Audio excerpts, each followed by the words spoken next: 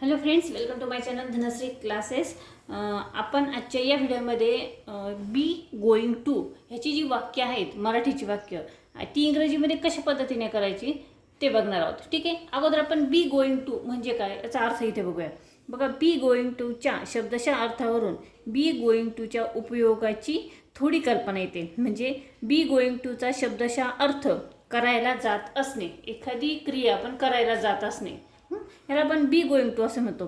बी म्हणजे असणे आणि गोईंग म्हणजे जात, टू म्हणजे ला, म्हणजे एखादी क्रिया करायला जात असणे असा होतो. आणि एखादी क्रिया आपण करायला जात असतो म्हणजे ती क्रिया आपण केलेली तर असत नाही, भविष्यकाळातच ती क्रिया आपण करणार असतो. पण हे भविष्य अर्थातच लांबचं असणार नाही. यावरून बी गोईंग टूचा उपयोग असा लक्षात येतो. म्हणजे एखादी क्रिया आपण करणार आहे, पण ती कधी करणार आहे, केव्हा करणार आहे, तर त्वरित लगेचच ते करणार आहे. यासाठी आपण बी गोईंग टूचा वापर करतो.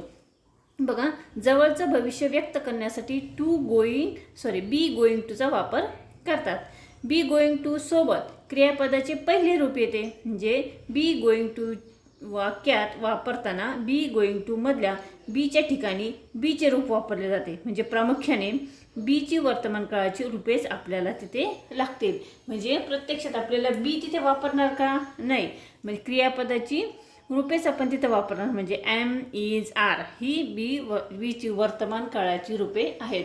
अतिशय महत्त्वाचा हा पॉईंट आहे. बघा, आपण बी गोईंग टू ह्याचा वापर करतो म्हणजे वाक्यामध्ये आपल्याला बी हा शब्द दिसत नाही. बीच्या ऐवजी आपण वर्तमान काळातील जी वर्तमान काळाची जी रूपे आहेत बीची, टू बीची रूपं आपण त्याला म्हणतो, ती एम, इज, आर ही रूपे आपण ती तिथे वापरतो.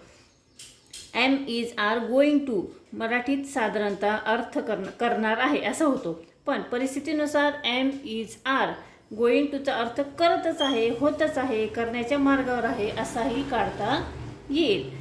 बी गोईंग टूचा आपल्याला सविस्तर अभ्यास करायचा आहे. विशेष करून विल हे भविष्यकाळी सहाय्यकारी क्रियापद समोर ठेवून तुलनात्मक दृष्टीने आपल्याला बी गोईंग टूकडे पाहायचं आहे. त्याआधी बी गोईंग टूची काही आपण वाक्य इथे बघूया. आपण विल हा जो आहे, विल आपण वापरणार आहे भविष्यकाळातील, ते थोडं बाजूला ठेवून आपण अगोदर बी गोईंग टूची वाक्य इथे बघूया. ठीक आहे. आता इथे मराठीची वाक्य आणि इंग्रजीची वाक्य दिलेले आहे. मराठीत आपण कसं म्हणतो, मराठीचं एक वाक्य बघा, मी पत्र टाकायला जात आहे. म्हणजे इथे क्रिया होणार आहे, म्हणजे जात आहे, म्हणजे त्या क्रियेवरतीच आपण आहोत. आता मीसाठी आपण लिहिणार आहोत आय एम. आता इथे बघा, एम काय वापरलेलं आहे, बीच्या ऐवजी काय वापरलेलं आहे, बी गोईंग टूच्या ऐवजी बीच्या ऐवजी एम वापरलेला आहे. म्हणजे आय एम गोईंग टू, जात आहे. वाक्यरचना कशी असते, कर्ता नंतर क्रियापद आणि उरलेलं वाक्य. ठीक आहे. कर्ता काय आहे, आय नंतर काय येईल, एम. बीचं रूप येईल तर वर्तमानातील रूप काय येईल, टू बीचं एम, नंतर गोईंग टू आणि पोस्ट अ लेटर, पत्र टाकणे म्हणजे post a letter. I am going to post a letter. पुढे बघा, मी धूम्रपान सोडून देणार आहे.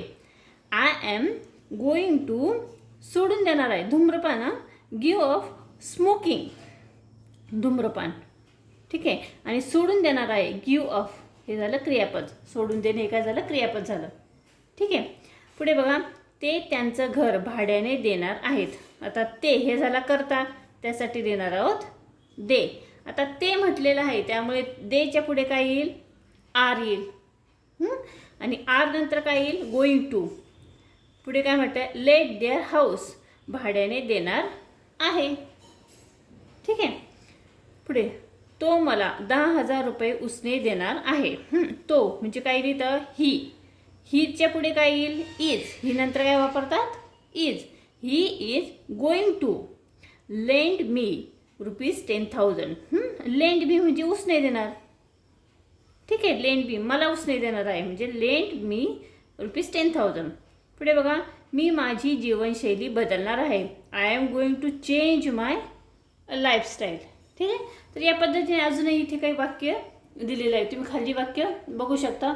अतिशय सोपा असा टॉपिक आहे बी गोइंग टू. म्हणजे बीच्या ऐवजी आपण क्रियापदाची रूपे इथे वापरणार आहोत. एम, इज, आर वर्तमान काळातील रूपे आहे. कारण हे जे वाक्य आहेत हे जरी आपल्याला भविष्यकाळातील वाक्य आहे असं वाटत असलं तरी भविष्यात ही क्रिया त्वरित होणार आहे, म्हणून त्याच्यामध्ये वर्तमान काळातील ही टू बीची रूपं एम, इज, आर वापरली जातात. ठीक आहे. तर अशा पद्धतीने आपण इथे काही अशी टू बीची वाक्य इथे बघितले आहेत. एकूण 18 वाक्य आहेत. तुम्ही हवं तर त्याचा स्क्रीनशॉट देखील घेऊ शकता. तीच वाक्य इथे मराठीची वाक्य आहे तीच इथे इंग्रजीमध्ये केलेली आहेत. इथे अजून एक वाचून दाखवते. ते इथे एक पुतळा उभारणार आहेत. तेला काय वापरणार? दे नंतर येईल are. Going to erect a statue here. उभारणार आहे, इरेक्ट अ स्टॅच्यू. समजलं? तर अशा पद्धतीने आपण टू बीची गोइंग टूची ही काही वाक्य इथे बघितलेली आहेत. आणि पुढच्या व्हिडिओमध्ये बी गोइंग टू विल ह्याची वाक्य आपण इथे बघणार आहोत. आणि बी गोइंग टू विल कधी वापरतात, केव्हा वापरतात, त्याचा अर्थ काय तो देखील इथे बघणार आहोत. हा व्हिडिओ कसा वाटला कमेंट्स करून नक्की कळवा. व्हिडिओ आवडला तर व्हिडिओला लाईक करा, शेअर करा आणि चॅनलवर नवीन असेल तर चॅनल सबस्क्राईब करा. पुन्हा भेटूया पुढच्या व्हिडिओमध्ये.